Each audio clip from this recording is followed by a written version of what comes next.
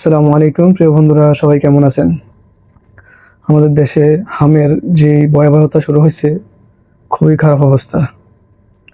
এই শিশু হত্যা, এই শিশু নিধনের দায় কার উপরে চাপাইবেন? কথা যদি মানে আসে তাহলে এটা ইউনুস সরকারের মানে উপর দায়টা চলে যায়।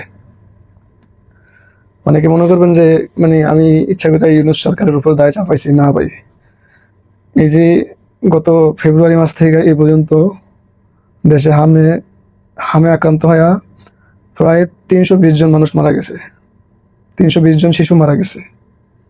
এই যে শিশু হত্যা হইল, এই শিশু হত্যার দায়ভার কার উপরে? ইন্টারিম সরকার কি এই দায় এড়াইতে পারবে? কেন এমন হইল? কেন এমন করলো? জাতির কাছে প্রশ্ন এটা। ইউনুস সরকার আরো 5 বছর রাখতে চান? না, রাখেন। আপনারা ইউনুস সরকারকে আরো 5 বছর না, আরো 10 বছর রেখে দেন, সমস্যা নেই। আপনাদের তো রাখতে সমস্যা নাই। একের পর এক অবাঞ্ছিত কানুন করে যাব, দেশে চুক্তি করে দেব বিদেশিগুলোকে, আর এই ধরনের সিচুয়েশন বুক করাইব। শিশু হত্যা, শিশু নিধন আর কি, যেটাকে বলে আর কি। শুরু থেকেই শিশু হত্যা শুরু করছে, যাতে বড় হয় আর মারা লাগবো না। এই জন্যই এমনভাবে এমন কৌশল করছে ছোট থেকেই।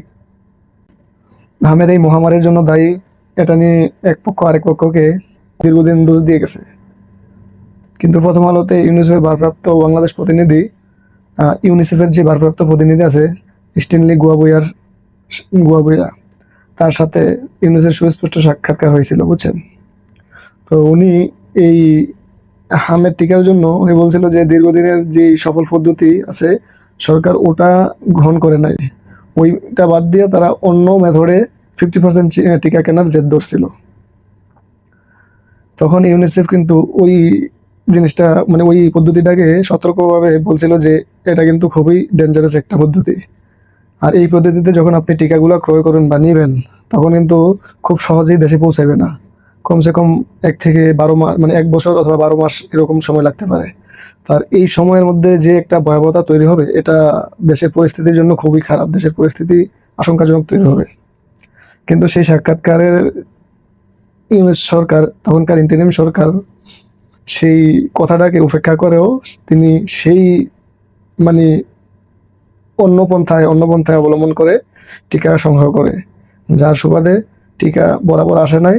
আর যেইভাবে সংগ্রহ করছে ওই টিকার বিল সঠিকভাবে পরিশোধ করতে পারে নাই, তার কারণে দেশে টিকার সংকট।